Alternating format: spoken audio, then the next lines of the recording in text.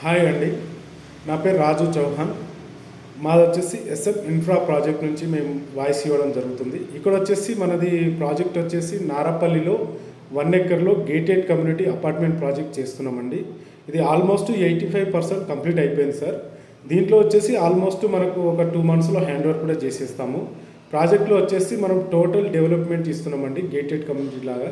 దీనికి వచ్చేసి just location highlight పరంగా చూసుకుంటే మీకు 700 మీటర్లో హైదరాబాద్ అండ్ వరంగల్ హైవేకి దగ్గరలో ఉంటుంది. నియర్ మనకు Narapally MGR mall Asian theatre back సైడ్లో వస్తుంది ఎగ్జాక్ట్లీ ప్రాజెక్ట్ వచ్చేసి. మీకు జస్ట్ ఒక 2 కిలోమీటర్స్లో మనకు పోచారం ఐటీ ఉంటుందండి. మీకు జస్ట్ 7 కిలోమీటర్స్లో మనకు ఉప్పల్ మెట్రో స్టేషన్ ఉంటుందండి.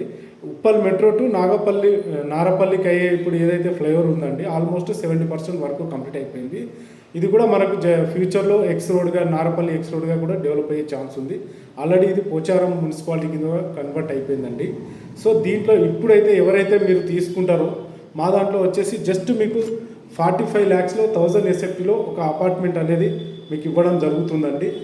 టోటల్ ఎమ్యూనిటీస్ వచ్చేసి మనకు ఒక జిమ్ రూమ్ ఇస్తున్నామండి, ఒకటి కమిటీ హాల్ ఇస్తున్నాము, చిల్డ్రన్ ప్లే ఏరియా ఇస్తున్నాము, వాకింగ్ ట్రాక్ ఇస్తున్నాము, 2 ఎంట్రన్స్ ఆర్చ్ ఇస్తున్నామండి. మనకు దగ్గరలో వచ్చేసి ఇంటర్నేషనల్ స్కూల్స్, యూనివర్సిటీస్, మళ్ళీ పోచారం ఐటీ కానీ అన్ని ఫెసిలిటీస్, హాస్పిటల్స్ కానీ బ్యాంక్స్ కానీ అన్ని ఫెసిలిటీస్ ఉన్నాయండి. ఇక్కడ వచ్చేసి మన ప్రాజెక్ట్ వచ్చేసి సరౌండింగ్లో చుట్టూ హౌసెసే ఉంటాయండి.